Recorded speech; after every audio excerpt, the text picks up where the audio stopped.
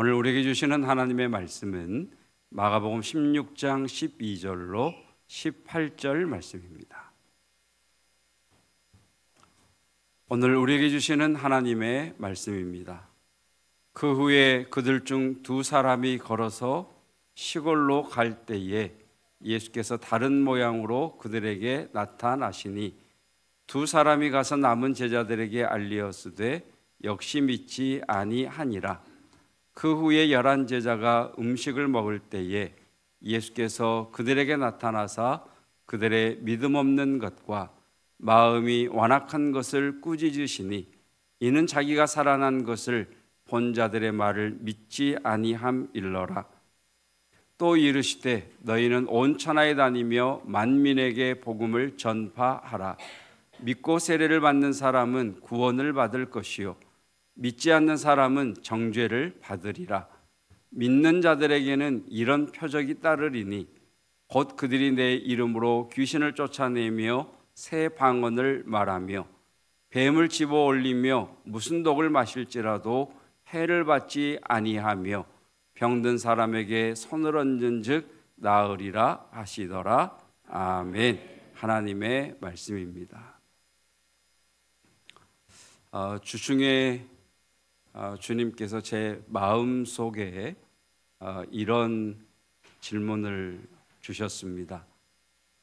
그저 그런 사람으로 살 거냐? 위대한 사람으로 살 거냐? 그저 그런 성도로, 그저 그런 교회로 삶을 살 거냐? 위대한 성도로 살 거냐?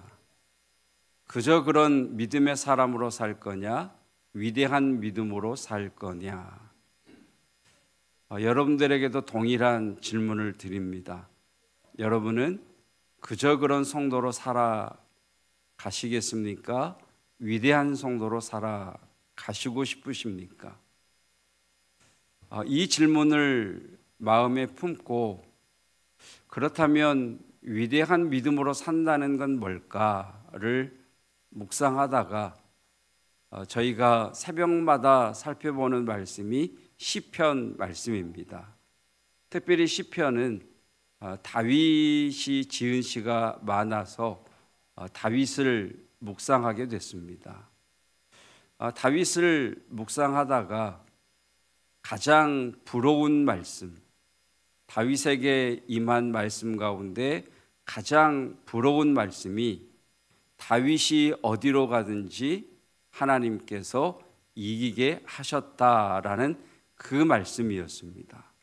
사무엘하 8장 6절 14절을 보면 끝에 반복되는 말씀이 있죠.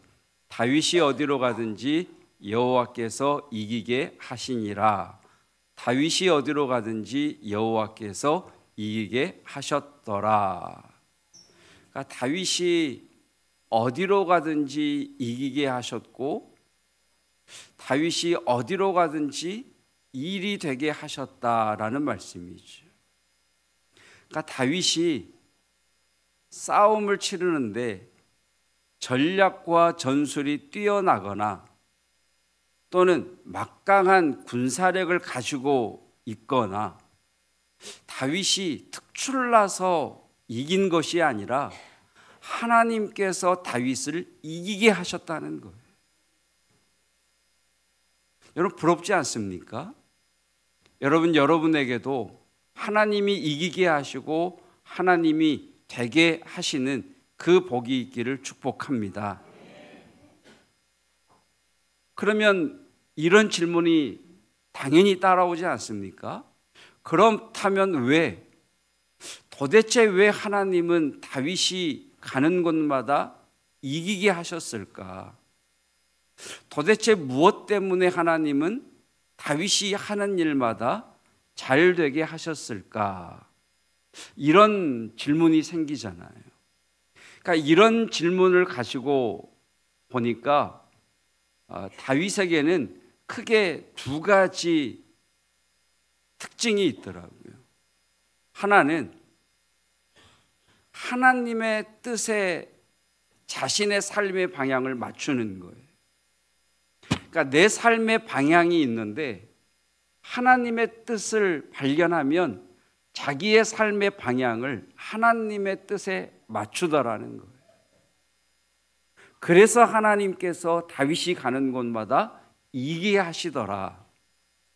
그리고 두 번째는 하나님의 뜻에 자기의 삶의 방향성을 맞춰감에 있어서도 열심히 자기 수고로 하는 것이 아니라 하나님의 뜻을 따라 순종함에 있어서도 철저하게 하나님의 방법으로 하나님을 의지하더라. 이 두 가지가 여호와께서 다윗이 어디로 가든지 이기게 하시더라는 거예요. 그러니까 다윗은 하나님의 뜻을 발견하면 그 뜻에 자기의 삶의 방향성을 맞춰요.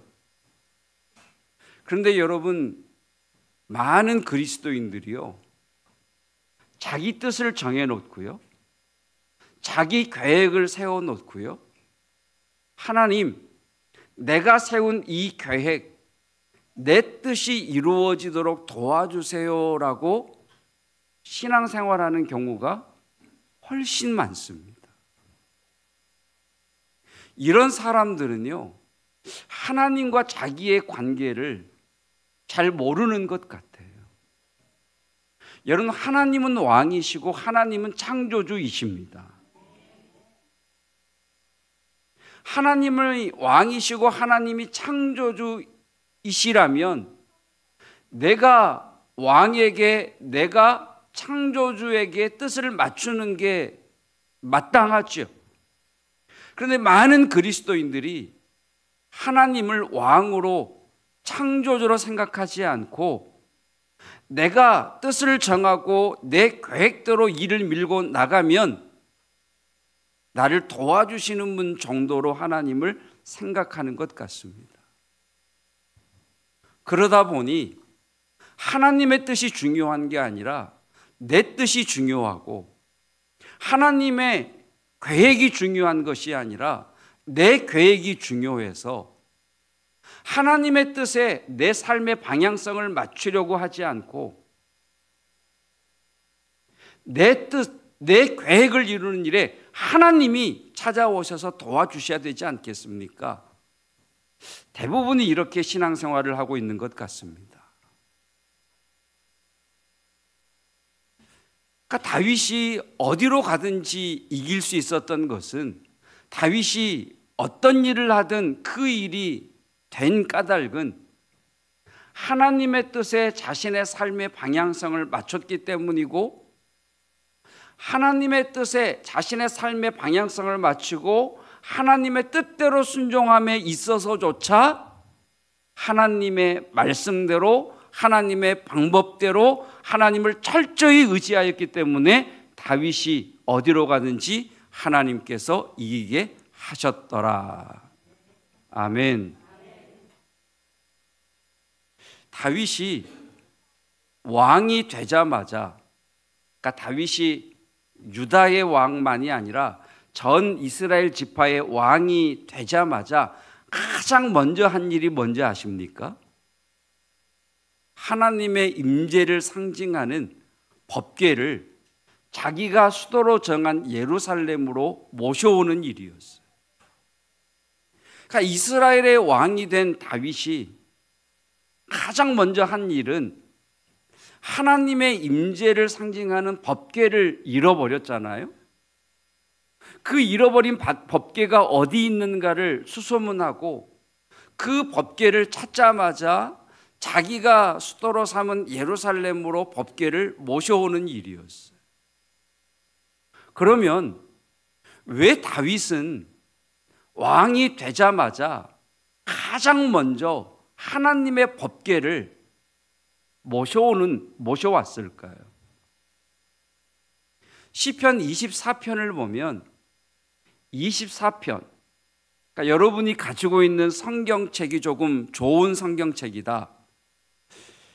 내가 가지고 있는 성경책은 성경 말씀만 있는 것이 아니라 배경에 대한 설명이 좀 있는 성경책이다라고 하시는 분들은 그 설명을 보면 시편 24편을 뭐라고 설명하느냐? 다윗이 법궤를 예루살렘으로 모셔올 때 지은 시 이렇게 되어 있어요. 그러니까 시편 24편은 다윗이 하나님의 법궤를 모셔오면서 지은 시라는 거예요. 근데 그 지은 시 가운데 7절, 8절 말씀이 어떤 내용이냐? 문들아 너희 머리를 들지어다, 영원한 문들아 들릴지어다, 영광의 왕이 들어가시리로다. 영광의 왕이 누구시냐? 강하고 능한 여호와이시요 전쟁에 능한 여호와시로다. 우리가 부르는 찬양이 있죠, 그렇죠? 어떻게 시작하죠?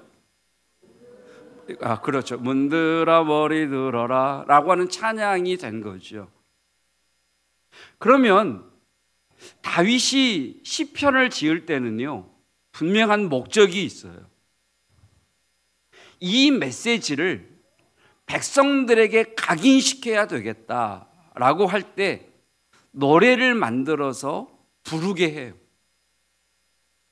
그러니까 그 당시만 해도 가지고 다니는 성경이 없으니 하나님의 말씀을 기억해야 되잖아요. 그래서 노래로 만들어서 이스라엘 백성들로 기억하게 하는데, 다윗이 법궤를 자기가 수도로 삼은 예루살렘으로 모셔올 때에 시편 24편을 지었단 말이에요. 뭘 가르치려고 했느냐? 이스라엘의 진짜 왕은 내가 이스라엘의 진짜 왕이 아니라 하나님이 이스라엘의 진짜 왕이시다. 아멘. 나는 속된 말로 바지 사장이고 이스라엘의 진짜 왕은 하나님이셔. 그러니까 이 법궤가 예루살렘으로 들어올 때에 너희 문들아 들릴지며 영원한 문들아 들릴지어다. 왜? 지금 왕이 들어오신다. 진짜 이스라엘의 왕이 들어오신다. 그 이스라엘의 진짜 왕이 누구시냐? 여호와 하나님이시다. 이걸 가르치는 거예요. 여러분의 왕은 누구십니까? 하나님이시죠. 여러분 인생의 주인은 누구입니까? 여러분이십니까? 주님이시죠. 그걸 가르친단 말이에요. 근데 이것이 더 놀라운 건요, 여러분 이런 사상이 그렇게 살아온 삶의 배경 속에서는 고백하기 쉬워요. 그런데 다윗이 살았던 시대는요, 사사 시대예요. 자기 소견에 오른 대로 지 맘대로 살던 시대. 자기 욕심을 세워놓고 자기 뜻을 정해놓고 자기 계획을 세워놓고 하나님의 뜻 관심 없고 그냥 자기 마음대로 지 마음대로 욕심 따라 살던 사사시대에, 아니야, 내 인생의 주인은 하나님이시오. 이 나라의 왕은 내가 아니라 나는 하나님의 통치를 받는 왕으로서 대리 통치하는 자지 진짜 우리 인생의 왕은 하나님이시라고 사사시대를 끊어내고 하나님이 왕이심을 선포한 이가 다윗입니다. 그래서 다윗은 하나님의 법궤를 예루살렘으로 가져오면서 백성들에게 가르치는 거죠. 이스라엘의 진짜 왕은 하나님이시다. 너희 인생의 왕은 내가 아니라 하나님이시다라는 것을 가르치는 거죠. 그리고 다윗은 장막을, 텐트를 하나 쳐요. 이것을 사람들은 다윗의 장막이라고 그러죠. 그 텐트 안에, 그 장막 안에 하나님의 임재를 상징하는 법궤를 모셔놓고 아삽과 헤만과 여두둔이라고 하는 찬양대 지휘자 3명을 세운 후에 280명의 예배자들을 세워요. 노래하는 자들, 예배하는 자들 280명을 세운 후에 24시간 365일 단 한 시간도 쉬지 않고 24시간 365일을 하나님께 예배하는 다윗의 장막을 세웁니다. 그랬더니 다윗이 깜짝 놀라는 거예요. 하나님이 우리의 왕이심을 가르치고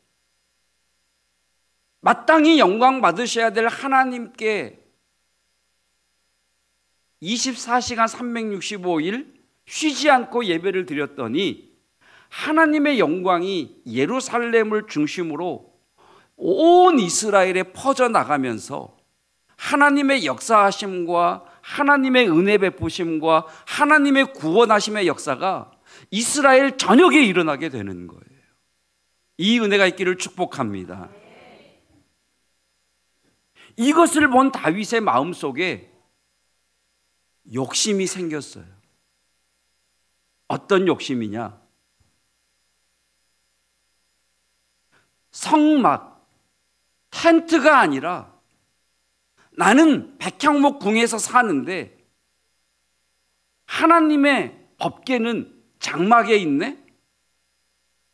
그렇다면 더 큰 성전을 지어 하나님 앞에 24시간 365일 더 하나님 앞에 예배하면 더 많은 자들이 예배자로 일어나서 하나님께 예배하고 영광을 올려드리면 지금 이 정도에도 여호와의 영광이 이 땅에 임해 하나님의 역사와 하나님의 응답하심과 하나님의 은혜 베푸심이 이스라엘에게 이렇게 풀어지고 있는데 성전을 지어 하나님을 예배하면 더 많은 하나님의 은혜가 베풀어지지 않겠느냐라고 하는 거룩한 욕심이 생기게 돼요.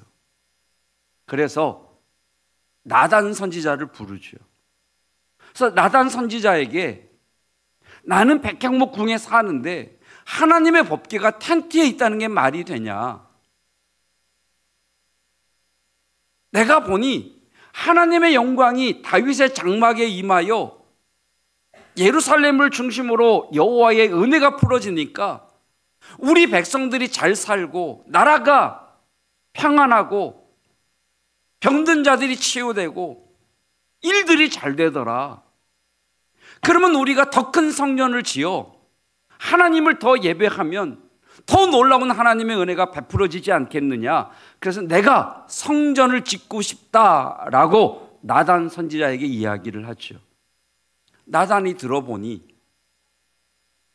거 맞는 소리네. 좋다.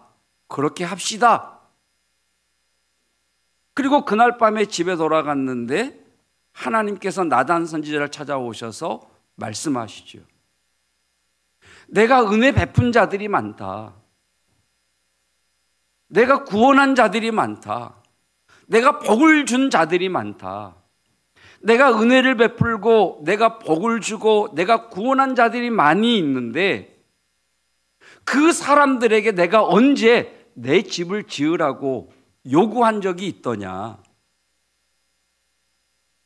내가 요구하지도 않았는데 내 종 다윗은 나를 위하여 성전을 짓겠다고 하니 다윗의 그 마음이 나는 너무 좋다. 부모님들 그렇지 않습니까? 자식이 부모님 생각해서 뭐 하나 가져오면 깜빡 죽지 않습니까? 그러면서 하나님이 그렇게 말씀하시죠. 그런데 나는 마음만 받겠다. 다윗의 마음만 받겠다. 다윗에게 가서 이야기하기를 당신은 전쟁을 많이 한 왕으로 손에 피를 흘렸으니 성전을 짓을 수 없습니다. 당신의 아들을 통하여 하나님의 전을 지을 것입니다. 라는 말을 전하게 하죠. 그러니까 다윗이 보니까 자기는 성전을 짓고 싶은데 하나님의 뜻이 아니라는 거예요.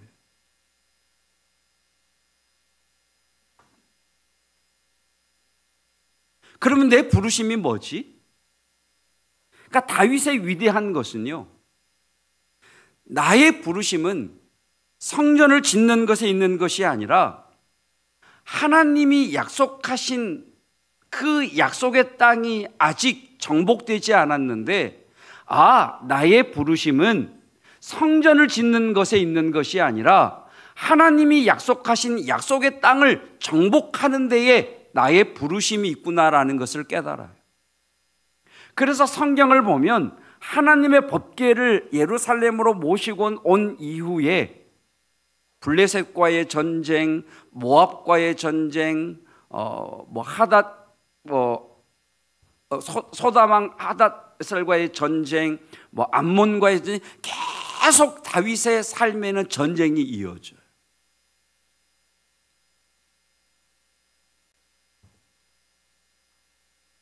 다윗이 진짜 하고 싶었던 것은요, 하나님의 법궤를 모셔와서 하나님의 영광이 풀어진 것을 보고 더 큰 성전을 지어서 하나님께 예배를 드리는 거였어요.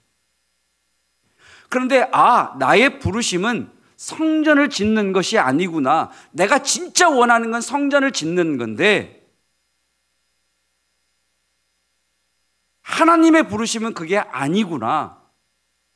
나의 부르심은 내가 전쟁하고 싶어서 전쟁하는 것이 아니라 나의 부르심이 하나님이 약속하신 약속의 땅을 정복하는 것에 있구나. 그래서 다윗이 전쟁을 하게 되는 거죠. 다윗의 탁월함은 여기에 있죠.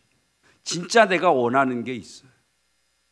근데 하나님께서는 그게 나를 향한 하나님의 뜻이 아니라고 말씀하시면서 다른 것을 말씀하셨을 때 다윗은 진짜 내가 하고 싶었던 것에서 하나님의 뜻으로 자기 삶의 방향성을 맞춰갑니다. 그런데 많은 그리스도인들은요, 자기가 원하는 뜻을 정해요. 자기 계획을 세워요. 그리고 자기의 계획과 자기가 세운 뜻을 이루기 위해 하나님을 끌어오죠. 도와달라고, 되게 해달라고.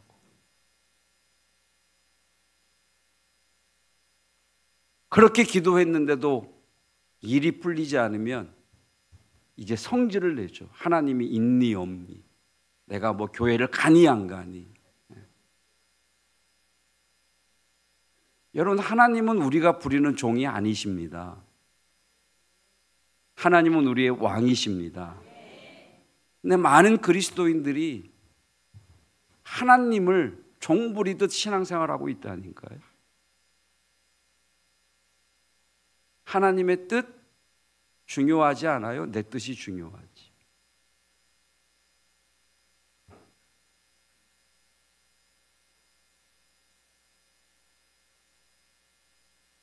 여러분, 다시 한번 말씀드립니다. 하나님은 내 뒤치다꺼리 해주시는 분이 아니라 나의 왕이십니다. 그러니까 정해놓으신 하나님의 뜻에 내 삶과 내 삶의 방향성을 맞춰야 되는 거예요. 종종 말씀드리잖아요. 예를 들어 내가 대통령을 만난다. 내가 약속 시간을 정하겠습니까? 대통령이 약속 시간을 정하겠습니까? 내가 약속 장소를 정하겠습니까? 대통령이 약속 장소를 정하겠습니까? 여러분, 하나님은 나의 왕이십니다. 하나님은 우리에게 주일 오전 11시에 왕림교회에서 만나자라고 약속하셨어요. 그럼 내가 맞춰 와야죠. 얼마나 많은 성도들이 이 핑계 저 핑계 대고 하나님을 뒤치다꺼리 하는 분으로 여기는지 몰라요. 그러니 응답이 없을 수밖에. 그리고 둘째는 하나님의 일을 함에 있어서도 철저하게 하나님의 말씀을 의지했다는 거예요. 사무엘하 8장 3절 4절을 보면요, 이제 다윗이 전쟁을 하는 건데 4절에 그에게서 마병 1,700명과 보병 2만 명을 사로잡았대요. 마병은 말을 타는 병사지요. 그러니까 마병 1,700명을 사로잡았다는 이야기는 말 몇 마리, 1,700마리를 전리품으로 획득했다는 이야기예요. 그리고 병거가 100대가 있대요. 그러니까 병거를 끄는 말을 한 병거당 2마리만 치면 100대면 200마리 정도 되겠죠. 그러니까 1,700마리의 말 중에 100대의 병거를 끌 말 200여 마리만 남기고 나머지 1,500마리 말의 발의 힘줄을 어떻게 했대요? 끊어버렸대요. 여러분, 다윗의 사명이 뭐라고요? 전쟁하는 거예요. 정복하는 거예요. 전쟁하려면요, 무기가 있어야죠. 빠른 기동성이 있어야죠. 힘이 있어야죠. 그 모든 것을 충족시켜줄 전쟁의 장비가 이 당시에는 뭐다? 말.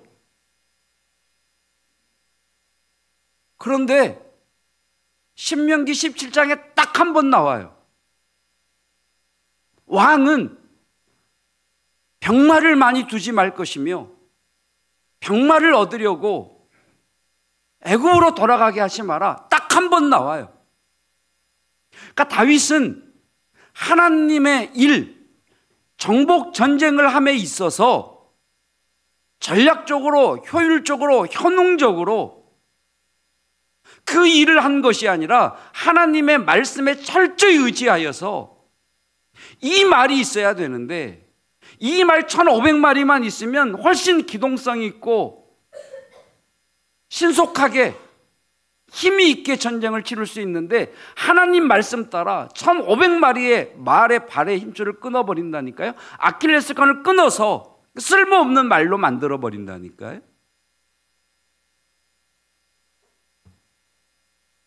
이 말씀을 들으면서 미친놈, 정신없는 놈, 분명 그 시대에도 그런 사람이 있지 않았겠습니까?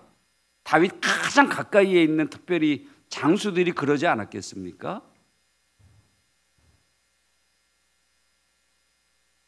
보세요. 다윗은 자기가 진짜 하고 싶은 게 있죠. 그리고 그 사회는 자기 소견에 오른 대로 지 마음대로 살던 시대에 교육받고 살아왔죠. 그런데 다윗이 자기가 진짜 원하는 건 있는데 하나님의 뜻이 그게 아니고 이것이다라고 할 때 그 뜻에 자신의 삶의 방향성을 맞추죠. 그리고 그 일이 하나님의 일인데 하나님의 일을 함에 있어서도 열심히 헌신적으로 희생하며 사는 것이 아니라 하나님의 말씀에 철저히 의지해서 그 일을 이뤄 나가죠. 그랬더니 여호와께서 다윗이 어디로 가든지 이기게 하시더라. 일이 되게 하시더라. 두 가지를 기도했어요. 하나님, 제가 그런 사람이고 싶습니다. 하나님, 제가 그저 그런 성도가 아니라 하나님 다윗처럼 이런 위대한 믿음의 사람이 되고 싶습니다. 두 번째 기도는 하나님, 우리 교회가 그저 그런 교회가 아니라 위대한 교회가 되기를 원합니다. 저는 우리 장로님들이, 우리 안수집사님들이, 우리 권사님들이, 항정직분자들이 이런 사람이었으면 좋겠습니다.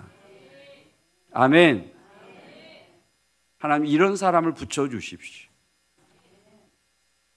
지난주에 잠깐 말씀드렸습니다만 창립 40주년 기념주일에 장립받을 두 분의 장로님을 우리가 11월 달 안에는 선거를 해야 되는데 여러분, 이런 사람이 세워지기를 원합니다. 하나님, 이런 사람 붙여주십시오. 여러분 성령의 음성으로 한번 들어보십시오. 그저 그렇게 살다 갈래? 위대한 삶을 살다 갈래? 시편 20편은요 전쟁에 나갈 때 부르는 노래예요. 앞에서 말씀드렸죠? 다윗은 백성들에게 무엇인가를 가르칠 때 노래로 만들어요. 그래서 이 노래를 부르게 함으로 그들의 사고에, 그들의 생각에 각인시키는 거죠. 시편 20편은 전쟁에 나갈 때 부르는 노래인데 다윗이 뭐라고 노래를 부르게 하느냐? 사람들은 병거를 의지하고 사람들은 말을 의지하지만 우리는 여호와 하나님의 이름을 자랑하리로다. 병거를 의지하고 말을 의지한 자들은 비틀거리며 엎드러질 것이지만 하나님의 이름을 의지한 우리는 일어나 승리할 것이다. 하나님 도와주시옵소서. 이 기도를 가르치는 거예요.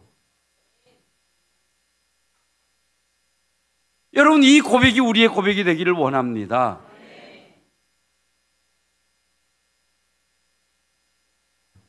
그러니까 성경은요 많은 내용을 말씀하시는데 그 내용을 통해서 우리에게 삶의 원리, 신앙의 원리를 가르쳐 주시는 거죠. 그러니까 제가 지금까지 다윗의 이야기를 많이 했는데 두 가지 원리를 우리에게 가르쳐 주시잖아요. 하나님의 뜻에 삶의 방향성을 맞춰라. 두 번째 삶의 원리, 그 뜻을 이룸에 있어서도 행함에 있어서도 하나님의 말씀에 의지하여 철저히 하나님을 의지해라. 이 두 가지를 가르쳐 주셨잖아요. 자, 오늘 말씀을 통해서 하나님께서 우리 교회를 향한 하나님의 뜻이 뭐냐? 15절이죠. 15절 함께 읽겠습니다. 또 이르시되 너희는 온 천하에 다니며 복음을 전파하라. 하나님은 우리 교회를 향해 하나님의 뜻을 계시하기를 너희 왕님 교회의 뜻은 복음을 전도하는 것이다. 복음을 전파하는 것이다 라고 말씀하고 계십니다. 아멘. 그러면 우리의 방향성을 어디에 맞춰야 돼요? 이제 복음을 전하는 데 맞춰야죠. 나는 우리 왕림교회를 다니는 다른 뜻이 있어. 나는 신앙생활하는 목적이 있어. 그런데 하나님은 오늘 말씀을 통해 우리 왕림교회에게 나에게 너의 하반기 삶의 방향성은 복음을 전하는 데 맞춰라 하면 여기에 맞춰야죠. 여러분, 복음을 전하는 일에 우리 교회의 삶의 방향성을 맞추기를 주님의 이름으로 축복합니다. 아멘. 맞춰야죠, 방향성을. 두 번째는 뭐였죠? 하나님의 뜻의 방향성을 맞춰 그 일을 함에 있어서 내 생각대로 관례대로 하는 것이 아니라 말씀을 의지해서 철저하게 하나님을 의지해라. 아멘. 17절 말씀이죠. 17절 18절 시작. 믿는 자들에게는 이런 표적이 따르리니 곧 그들이 내 이름으로 귀신을 쫓아내며 새 방언을 말하며 뱀을 집어 올리며 무슨 독을 마실지라도 해를 받지 아니하며 병든 사람에게 손을 얹은즉 나으리라 하시더라. 아멘. 한번 따라할까요? 능력 전도. 하나님은 우리 왕림교회가 하반기 복음을 전파하는 데에 방향성을 맞추기를 원하십니다. 네, 어떻게 전도하기를 원하시느냐? 무슨 전도? 능력 전도. 여러분, 기도하셔야 성령의 충만함을 받습니다. 지난 한 달 동안 새벽에 피곤해서 기도할 시간이 없어요. 새벽에 일어나기가 힘들어서 기도하기가 어려워요 라고 하시는 분들이 많으셔서 저녁 기도회를 열어드렸어요. 근데 어쩜 그렇게 많이 나오시는지. 마음은 온유로되 육신은 다 집에 있으신 것 같더라. 여러분, 기도하지 않으면 성령께서 역사하실 수 없으십니다. 우리 주님 말씀하셨잖아요. 예루살렘을 떠나지 말고 내가 너에게 약속한 것을 기다려라. 그러니까 능력 전도를 하려면 기도해야 됩니다. 그래야 성령이 임하십니다. 성령이 임해야 뭘 받죠? 권능을 받아요. 그 권능이 뭐예요? 귀신을 쫓아내는 권능, 새 방언을 말하는 권능. 복음을 전할 때 독사가 바울을 물었지만 그 독이 바울을 해치지 않는 그 권능, 병든 사람에게 손을 얹으면 낫는 권능, 이 권능이 성령의 임재함으로 우리에게 임하는 거죠. 하나님은 우리 교회에 복음을 전파하기를 원하시고 어떻게 전도하기를 원하신다? 무슨 전도? 능력 전도. 그러려면 뭘 해야 된다? 제일 먼저 기도. 왜 기도해요? 성령 충만함을 기다리는 거죠. 왜? 그래야 권능이 임하시니까. 그래서 앞으로 계속 강조하겠습니다만 여러분, 누구에게 갈까요? 하나님에게 먼저 물으세요. 하나님, 누구에게 이 복음을 들고 찾아갈까요? 그리고 그 사람을 만나게 하시거든 또 물으세요. 하나님, 이 가정의, 이 사람의 문제는 무엇입니까? 그래서 하나님께서 악한 영을 몰아내는 대적 기도를 해라 라고 하면 대적 기도하면 돼요. 그 사람이 치유되기를 위해, 낫기를 위해 치유기도 해라 라고 하면 치유기도 하면 돼요.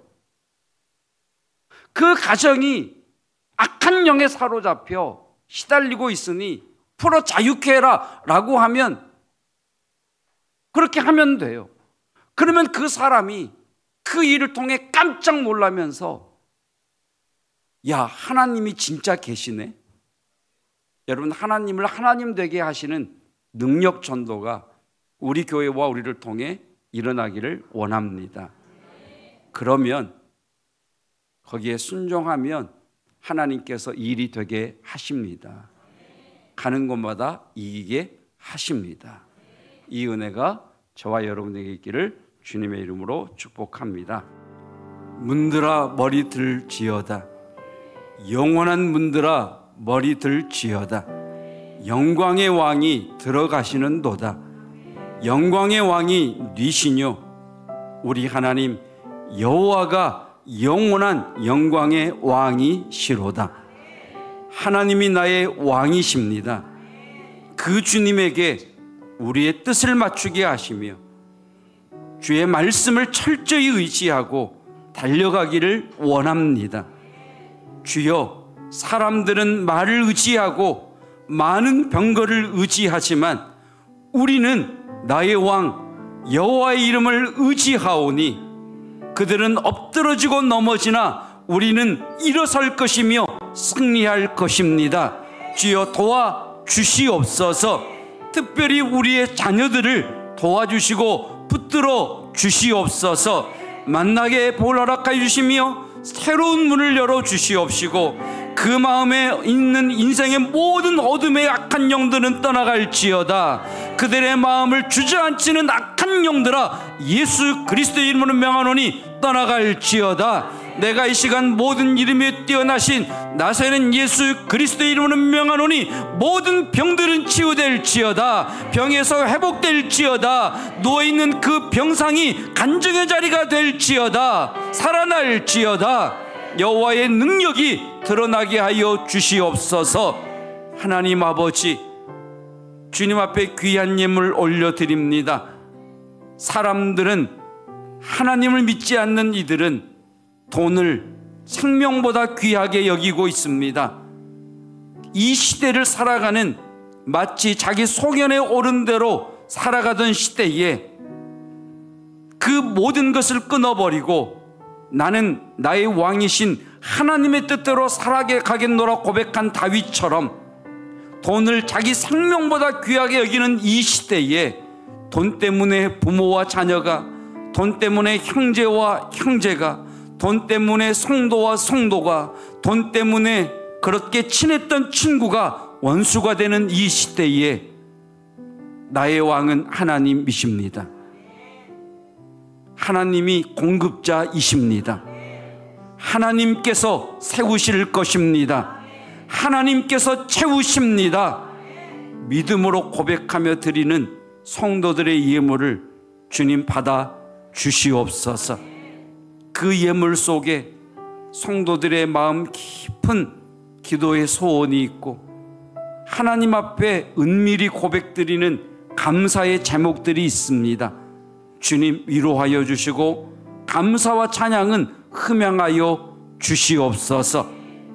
어떤 모양으로 드리든 여호와께서 받으시고 주님 그 손이 수고한 대로 일터의 복이 있게 하여 주옵시며 자식들은 어린 감람나무 같은 가정의 복을 허락하여 주옵시고 영적으로 육체적으로 강건한 복이 있게 하여 주시옵소서.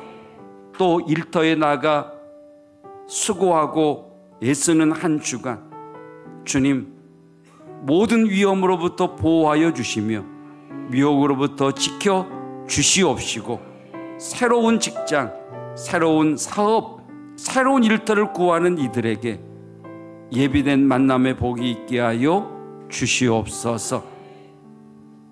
예수 그리스도의 은혜와 하나님의 사랑과 성령 하나님의 임재하심이 하나님의 뜻에 우리의 삶의 방향성을 맞추기를 원합니다. 그 일을 행함에 있어서도 철저하게 말씀을 쫓아 하나님을 의지하기를 원합니다. 그래서 가는 곳마다 이기게 하신 그 복을 받아 그저 그런 교회, 그저 그런 성도가 아니라 위대한 교회, 위대한 믿음의 사람으로 살고 싶습니다.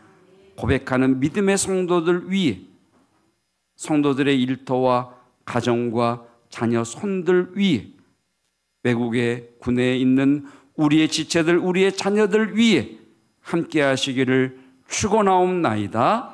아멘.